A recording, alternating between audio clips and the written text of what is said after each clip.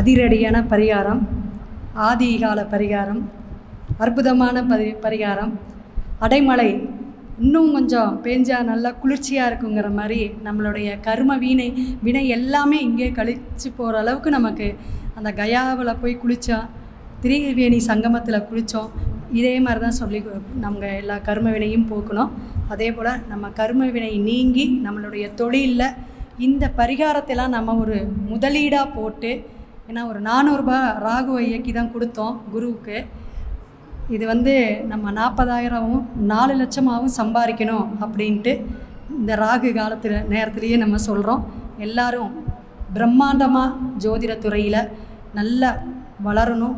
வழிகாட்டியாக இருந்த நமது சுபமாரிமுத்து அவர்கள் குடும்பம் மற்றும் அவரும் சுபமாக நீண்ட ஆயுள் நிறை செல்வம் பெற்று நம்மளோட எப்பயுமே பயணிக்கணும். ஜோதிடம் வாழ்க, ஜோதிட உலகம் வாழ்க. சிவாய நம. திருச்சிற்றம்பலம். அதனால தான் நான் அடிக்கடி யூடியூப்பில் கொடுக்குற ஒரே காரணம், வள்ளுவர் வாக்குன்னு யூடியூப் சேனலில் போனீங்கன்னா லக்கணத்தில் மாந்தி இருந்தால் பிரேத தோஷம். அது யாருக்காக இருந்தாலும் சரி, லக்கணத்தில் மாந்தி இருந்தால் அந்த குடும்பத்தில் யாரோ ஒருத்தர் அனாதியாக போய் மனநல பாதிக்கப்பட்டு எங்கேயோ வியாபாரத்துக்கு போய் சாவாரத்துக்கு போய் இறந்து போயிட்டாரு. அந்த ஆத்மா இவன் நம்ம குடும்பத்தை நினச்சி நான் இவ்வளோ தூரம் வளர்த்தி வாழும் பண்ணி எல்லாத்துக்கும் நான் நல்லது செஞ்சேன், என்னோட உயிர் ஆத்மா மட்டும் இங்கே அனாதியாக இறக்குதே, இதுக்கெல்லாம் என்னுடைய ரத்த சம்பந்த உறவு இல்லையேன்னு சொல்லி அந்த ஏக்கத்தில் இறந்து போய் அந்த ஆத்மா சாந்தியாகாமல் துடிச்சிட்டு இருக்கும்போது தான் அதோட சாபம் தான் உங்கள் லக்கணத்தில் மாந்தி இருக்கிற பிரேத சாபம். இதுக்கு பரிகாரமே அனாதிபாடி எடுத்து அடக்கம் பண்ணுறதான் பரிகாரம். அவரை ஒருத்தர் இறந்ததை யாரோ ஒருத்தர் அந்த ஊருக்குள்ள இருக்கிறவங்க அனாதி தானே இருந்தாலும் பரவாயில்ல, சவம் நாரக்கூடாது, ஆத்மா ஏதோ ஒன்று இருக்கட்டு, பிரச்சனை பின்னாடி பார்த்துக்கலான்னு ஆத்மாவை அடக்கம் பண்ணியிருப்பாங்க. நம்ம செய்ய வேண்டிய வேலையை அவங்க கடமை செஞ்சுட்டாங்க. அப்போ நம்ம ஜாதகத்துக்கு என்னைக்கு பரிகாரம் தேடுவோம்? யாருக்கெல்லாம் லக்கணத்தில் மாந்தி தொடர்பு இருக்குதோ அவங்களுக்கு மட்டுமே அது பிரேத சாபம். அதனால ஒரு ஜிஹெச் ஆஸ்பத்திரியில் போய் இந்த மாதிரி துர்மரணம் அடைஞ்சு 10 நாள் 5 நாள் ஆச்சுன்னா அந்த பாடியை சட்டப்படி போலீஸோட ரூல்ஸ் படி போய் அதை அனாதியை எடுத்து புதைக்க சொல்லிட்டாங்கன்னா அதுக்கு கூட போய் அதுக்கு ஈமகாரியம் கோடி எல்லாம் போட்டு ஒரு பாடி எடுத்து அடக்கம் பண்ணுங்க, அஸ்வமேத யாகம் நடத்துறதுக்கு சமம். கொஞ்சம் தர ஐயா, உங்களுக்கு புரியுதுங்களா ஐயா? அப்போ ஒரே ஒரு பாடி, அப்போ இதை செய்யலாமா செய்யக்கூடாதுன்னு சொல்லுங்களேன் ஐயா. இந்த கர்ம பரிகாரமெல்லாம் மறக்காமல் செய்ய சொல்லுங்க. ஏன்னா அந்த ஆத்மா இந்த லக்கணத்தில் மாந்தி நிற்கிற நட்சத்திரம் எதுன்னு பாருங்க. மாந்தி உங்கள் ஜாதகத்தில் எல்லாத்துலேயுமே ஏதோ ஒரு நட்சத்திரத்தில் நிற்கும். அந்த மாந்தி நிற்கிற நட்சத்திரத்தை அன்னைக்கு நீங்கள் தேதி குறிச்சின்னா அந்த வீட்டில் அன்னைக்கு யாரோ ஒருத்தர் விபரீதம் ஆயிடுவாங்க. ஏன்னா அது கர்மா. அந்த பிரேதம் பார்த்துக்கிட்டே இருந்து இன்னொன்று பிரச்சனை பண்ணி விட்டுரும். அதனால் அந்த மாந்தி நிற்கிற நட்சத்திரத்தை மட்டும் ரொம்ப ஜாக்கிரதையாக இருக்கும். நீங்கள் நல்லா பாருங்கள், இப்போ யாராவதுக்கு மிதனத்தில் மாந்தி, இப்போ மிதனத்தில் தானே இன்றைக்கி சந்திரன் போகுது, யாராவதுக்கு மிதனத்தில் மாந்தி இருக்குமல்ல, அவங்களுக்கு மட்டும் அந்த மாந்தி இப்போ திருவாதிரையில் இருந்தால் இந்த திருவாதிரை நட்சத்திரம் போய் இந்த மாந்தி டச் பண்ணுமா? அவங்களுக்கு மட்டும் இன்றைக்கி இலவ செய்தி வரும். எப்படி? அதுவே இறப்பு. இன்னைக்கு மிருகசீரிசல் இந்த மிருகசீரிசம் திருவாதிரை நான் சொன்னேன், மிருகசீரிசமாகவே வச்சுக்கோங்க. இன்றைக்கி மிருகசீரிச நட்சத்திரத்தில் யாராவது ஒருத்தருக்கு மாந்தி இருந்தால் மிருகசீரிசம் இன்னைக்கு போயிட்டு இருக்குது. அந்த மாந்தி அந்த மிருகசீரிசத்தை டச் பண்ணும்போது நீங்கள் ஃபோன்லையும் கூட இவர் இறந்துட்டாரு, இளவுக்கு வரையில வரலையா அப்படின்னு கேட்பாங்க. ஏன்? அந்த பிரேதத்தவே செய். இதெல்லாம் நீங்கள் செக் பண்ணி பாருங்கள், ஃபஸ்ட் கிளாஸாக வேலை செய்யும். நாம் ஒரு ஃபோன் வந்துச்சுன்னா கூட ஜாதக கட்டத்தை ஓப்பன் பண்ணி வச்சு இன்றைக்கி என்னென்ன கிரகம் என்ன டிகிரியில் இருக்கும்போது ஒருத்தர் ஒரு காரகத்தை பற்றி பேசுகிறான்னா அந்த கிரகத்துக்கு இன்றைக்கே கோச்சாரத்தில் வச்சு இவர் எதுக்கு ஃபோன் பண்ணாருன்னு நான் இங்கேயே கண்டுபிடிச்சிருக்கோம். அப்போ இந்த விஷயத்தை நம்ம தெரிஞ்சுக்கிறது நல்லது தானே? அப்போ மாந்தி பிரேத சாபம் எவ்வளவு பர்ஃபெக்டாக வேலை செய்யுதுன்னு சொல்லுங்கள். அப்போ உங்களுடைய ஜாதகத்தில் கேரளாவில் பார்த்தீங்கன்னா குளிகன் இல்லாமல் ஜோசியம் பார்க்க மாட்டாங்களாங்க ஐயா. அப்போ அவங்க மட்டும் குளிகனை வச்ச ஜோசியம் பார்த்து கர்ம வினையை கண்டுபிடிச்சி அதுக்கு ஒரு ஹோமங்கள் பண்ணி அதுக்கு ஒரு பூஜை, ஒரு தெப்ப குளத்தில் போய் குளித்து அவங்கள ஏதோ ஒரு வழியில் மேலேற்றி விட்டுறாங்க. மாந்தி நம்ம ராசி கட்டத்தில் இருக்குது. அந்த காலத்தில் சொன்னதே குளுக நின்ன வீடு குட்டிச்சவர் அப்படின்னு முன்னோர்கள் சொல்லி வச்சாங்க. எங்களுடைய இதில் எல்லாம் குளுகின்னு சொல்லுவாங்க. ஏன்னா அன்றைக்கி இந்த ராவணன் 8ஆம் இடத்துக்கு வந்த அழுக்க உருட்டி வச்சத ஒரு கதையில் அந்த காலத்தில் மாத்திரைக்கு பேர் ஒரு 2 குளுகு வாங்கிட்டு வா 3 குளுகு வாங்கிட்டு வான்னு சொன்னாங்கல்லங்க. அதனால் அந்த மாந்திக்கு குளிகன்னு ஏன் வச்சாங்கன்னா அது குளுகன்னு பேர். அது குளிகனா மாற்றிட்டாங்க காலப்போக்கில். அதனால அது குழுக நின்ன வீடு குட்டிச்சவரா. அப்போ லக்கணத்தில் நின்னா யார் குட்டிச்சவர்னு சொல்லுங்கள்? அந்த ஜாதகரே. அப்போ முதல்ல அவருக்கு பிரேத தோஷம் இருக்குது, அவருக்கு பிரம்மகத்தி தோஷம் இருக்குது. முதல்ல அவர் பிரேதம் எடுத்து அடக்கம் பண்ணாத்தானே அந்த ஜாதக விருத்தியாகும். ஐயா ஆக்ஷனை பார்த்தா இவ்வளவு பிரச்சனை வச்சுக்கிட்டு தான் நம்ம வாழ்ந்துட்டு இருக்கிறோமாங்கிற மாதிரி அவர் ரொம்ப ஃபீல் பண்ணுற மாதிரி ஐயாவுடைய முகம். அப்போ எவ்வளோ தெரிஞ்சுக்க வேண்டியது இருக்குதுங்க ஐயா. ஐயா நான் சொல்கிறது சரிங்களா? ஏன்னா நம்மளை நம்ம சுத்தப்படுத்துறதுக்கே முதல்ல தீட்டு.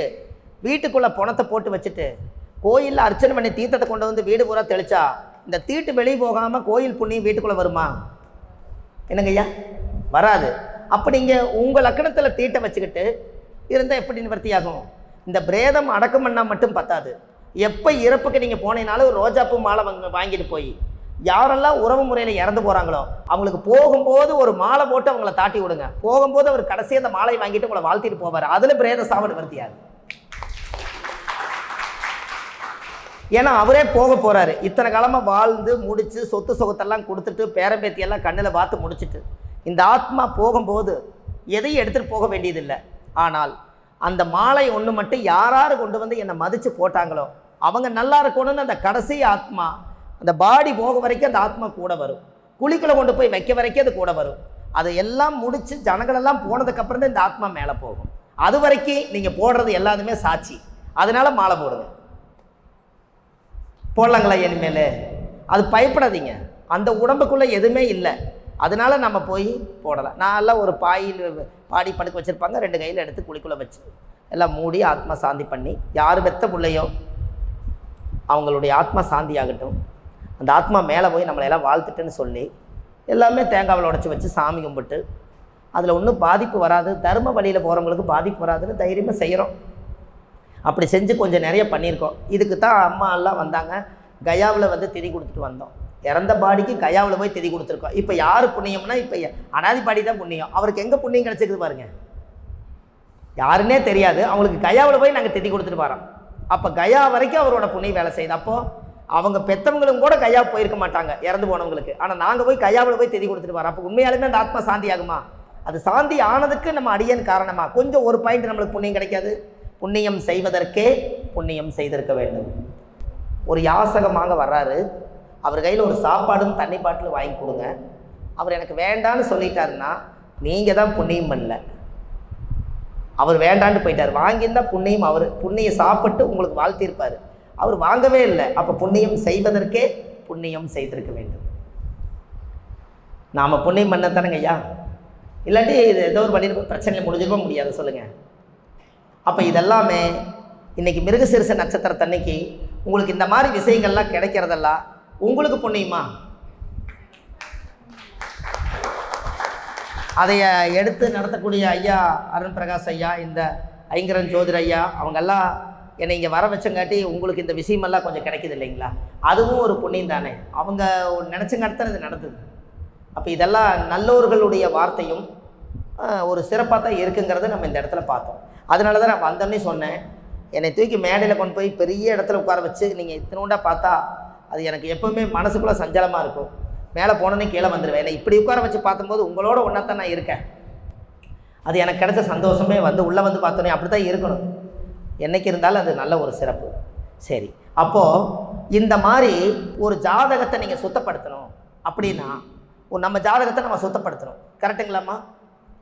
அது செய்யலாம். இனிமேல் நம்ம ஜாதகத்தை சுத்தப்படுத்தலாங்களா? உங்கள் ஜாதகத்தை முதல்ல ஒரு காப்பர் தகடில் எழுதுங்க. கல்யாணம் தண்ணிக்கு கொண்டு போய் அந்த பத்திரிக்கையை கொண்டு போய் வைக்கிற மாதிரி கொண்டு போய் ஜாதகத்தை கொண்டு போய் வச்சு குலதெய்வம் கோயிலை வச்சு தீவாரத்தை காமிக்கிறீங்க. முதல்ல நம்ம வீட்லேயே உங்கள் ஜென்ம நட்சத்திரத்தனை செய்யுங்க. 108 உருவேற்றுங்க. நம்ம ஜாதகம் ஃபஸ்ட் கிளாஸாக வேலை செய்ய ஆரம்பிச்சிடும். அன்னைக்கு ஒரு காப்பர் பிளேட்டில் உங்கள் சக்கரத்தை எழுதி வச்சு மற்றவங்களை பார்க்க விடுங்க. பார்க்க பார்க்க நல்ல புண்ணியமான கண்கள் பார்க்க பார்க்க அந்த ஜாதகத்துக்கு பவர் கூடும். நாம் பூர நட்சத்திரம், அதனால சுக்கரனுடைய நட்சத்திரம், அதனால சுக்கரனை வெள்ளி தகட்டில் ஜாதகத்தை எழுதி ஒரு பிரேம் பண்ணி சாமியோட ஒன்று அந்த இடத்துல முன்னாடி வச்சுருக்கேன். அதுக்கு உருவேற்றுறேன். என்ன காரணம்னா அந்த காலத்துல எல்லாம் இதை செஞ்சாங்க. யாரும் சொல்லித்தராதனால இது மறைஞ்சு போச்சு. இப்போ திரும்பி நான் அதை எடுத்து உங்களுக்கு சொல்கிறேன். இது ஆதி காலத்தில் இதெல்லாம் செஞ்சதானே. கண் டிஸ்ட்ரிக்கு ஒரு 8-9 பொருள் எழுதிக்கிங்க.